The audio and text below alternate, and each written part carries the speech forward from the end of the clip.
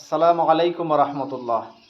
সম্মানিত প্রিয় ভাই বন্ধুগণ, আশা করি আল্লাহর অশেষ মেহেরবানিতে সবাই ভালো আছেন। আলহামদুলিল্লাহ, প্রশংসা আল্লাহ তাআলা। তো মাহে রমজানের আজকে ১৯তম রোজা আমাদের কাছ থেকে বিদায় নিতেছে। আগামীকাল পবিত্র মাহে রমজানের ২০তম রোজা আসতেছে আমাদের কাছে। মাহে রমজানের একটি আমল আছে, সেই আমলটি হলো ইতিকাফ করা। আপনার আমার নবী, দয়াল নবী মুহাম্মদুর রাসূলুল্লাহ সাল্লাল্লাহু আলাইহি ওয়াসাল্লাম জীবনে মাহে রমজানের ইতিকাফ ছাড়েন নাই। আর আমাদের কি দুর্ভাগ্য, নবীর উম্মত হয়েও আমরা অনেকেই আছি জীবনে একবারে ইতিকাফ করি নাই। তো এটা খুবই দুঃখের, এটা খুবই বেদনার যে সেই নবীর উম্মত হয়ে আমরা ইতিকাফের মতো একটি বরকতময় ইবাদতের স্বাদ আমরা নিতে পারি নাই। তো ইতিকাফ অত্যন্ত ফজিলতের একটি আমল। ইতিকাফের ফজিলত সম্পর্কে হাদিসের নানান জায়গায় এর ফজিলত সম্পর্কে বর্ণনা করা হয়েছে।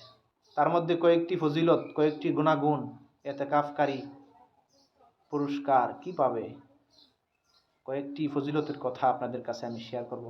আল্লাহ রসুল সাল্লাল্লাহু আলাইহি ওয়াসাল্লাম বলেছেন, যারাই ইতিকাফ করবে ওই সমস্ত বান্দাবান্দির কাছ থেকে জাহান্নামকে ৩ খন্দক পরিমাণ দূরে আল্লাহ সরাই দিবে। সুবহানাল্লাহ। সাহাবায়ে কেরাম রিদওয়ানুল্লাহি তাআলা আলাইহিম আজমাইন বলতেছে, ইয়া রাসূলুল্লাহ, ৩ খন্দক কতটুকু আমাদেরকে বলেন। তো নবীজি বলছেন, আসমান থেকে জমিন, জমিন থেকে আসমান, যে খালি জায়গাটা আছে এটা হলো ১ খন্দক। এরকম ৩ খন্দক সমপরিমাণ দূরত্ব আল্লাহ তাআলা ইতিকাফকারীর কাছ থেকে জাহান্নামকে দূরে সরাই দিবে। সুবহানাল্লাহ। এই হলো একটা ফজিলত। আর একটা ফজিলত আসছে, কেউ যদি ইতিকাফ করে আল্লাহকে সন্তুষ্টি করার জন্য, রাজি খুশি করার জন্য, তার অসংখ্য সময় থেকে আল্লাহর জন্য এই কয়েকটা দিন আল্লাহর রাহে দিয়ে দিবে, আল্লাহর সন্তুষ্টির জন্য দিয়ে দিবে। হ্যাঁ, আল্লাহ তাআলা কি দিবে বিনিময়? একটা ফজিলত আসছে, ৩ খন্দক সমপরিমাণ দূরত্ব আল্লাহ জাহান্নামকে নিয়ে যাবে তার কাছ থেকে। আর একটা ফজিলত আসছে যে যারা ইতিকাফ করবে তাদের আমলনামায় আল্লাহ তাআলা ২টা মকবুল হজ এবং 2টা মকবুল উমরার সওয়াব, মানে 2টা কবুল হজের সওয়াব এবং 2টা কবুল উমরার সমপরিমাণ সওয়াব আল্লাহ তাআলা ওই ইতিকাফকারীর আমলনামায় দিয়ে দিবে। সুবহানাল্লাহ।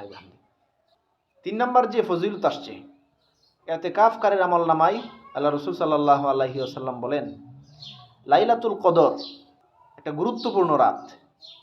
যেই রাতে ইবাদত করলে, যেই রাত যদি কারো নসিব হয়, তাহলে লাইলাতুল কদরি খায়রুম মিন আলফি শাহর, 1000 মাস ইবাদত করলে যে সওয়াব হতো তার চাইতেও বেশি সওয়াব। তো যারা ইতিকাফ করবে, আল্লাহ রাসূল সাল্লাল্লাহু আলাইহি ওয়াসাল্লাম বলেন, তাদের সৌভাগ্য হবে, তাদের নসিব হবে। যারা ইতিকাফ করবে আল্লাহ তাআলা তাদের নসিবে, তাদের ভাগ্যে ওই লাইলাতুল কদর আল্লাহ তাআলা দিয়ে দিবে। সুবহানাল্লাহি ওয়া বিহামদিহি।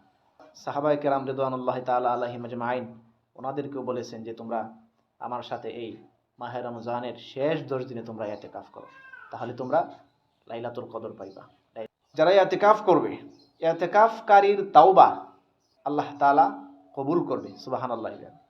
ইতিকাফ যারা করবে তারা যদি তাদের জীবনের সমস্ত গুনাহের জন্য আল্লাহর কাছে ক্ষমা চায়, মাফ চায়, যে আল্লাহ ভুল হয়ে গেছে, আমি আর গুনাহ করব না, আমাকে মাফ করেন, ইতিকাফকারীর তাওবা আল্লাহ তাআলা কবুল করবে। সুবহানাল্লাহ। যারা ইতিকাফ করবে তাদের তাওবা আল্লাহ তাআলা মঞ্জুর করবে, তাদের পিছনের সমস্ত গুনাহ আল্লাহ তাআলা ক্ষমা করবে। সুবহানাল্লাহ। তাহলে সম্মানিত প্রিয় ভাই বন্ধুগণ, ইতিকাফের যে গুরুত্ব, এর ফজিলতের মহত্ব যে কতটুকু, এগুলো থেকে আমরা বুঝতে পারি। এছাড়াও হাদিসে নানান জায়গায় ইতিকাফের গুরুত্ব, ইতিকাফের যে মহত্ব, এর ফজিলত সম্পর্কে নানাভাবে নানা জায়গায় উল্লেখ করা হয়েছে। এই জন্য আসুন প্রিয় ভাই বন্ধুগণ, ইতিকাফের মতো একটি গুরুত্বপূর্ণ ইবাদত যেন আমরা করতে পারি এই মাহে রমজানে। আগামীকাল 20শে রমজান পরে মাগরিবের পূর্বেই, সূর্যাস্ত যাওয়ার আগে আগেই আমরা মসজিদে প্রবেশ করব ইতিকাফের নিয়তে। হ্যাঁ, শাওয়ালের চাঁদ উদিত হওয়ার আগ পর্যন্ত আল্লাহ তাআলা যেন আমাদের সবাইকে, আমাদের সবার মন মানসিকতাকে যেন আল্লাহ তাআলার জন্য নিবেদিত প্রাণ হওয়ার মতো সুযোগ যেন আল্লাহ তাআলা আমাদেরকে করে দেয়। আমাদের অসংখ্য জীবনে অসংখ্য সময় থেকে আল্লাহর দেওয়া সময় যেন আসুন ইতিকাফের মতো একটি গুরুত্বপূর্ণ ইবাদত যেন আমরা সকলেই করতে পারি। আল্লাহ তাআলা যেন আমাদের সেই মন মানসিকতা যেন সৃষ্টি করে দেয় এবং অসংখ্য সময়, জীবনের অসংখ্য সময় থেকে কয়েকটা দিন আল্লাহর সন্তুষ্টির জন্য যেন আমরা দিতে পারি, আল্লাহর হুকুম নবীজির তরিকায় যেন আবাদত বন্দেগীতে আমাদের জীবন কাটাতে পারি, সে তৌফিক যেন আল্লাহ তাআলা আমাদেরকে দেয়। আমিন। আসসালামু আলাইকুম ওয়া রাহমাতুল্লাহ।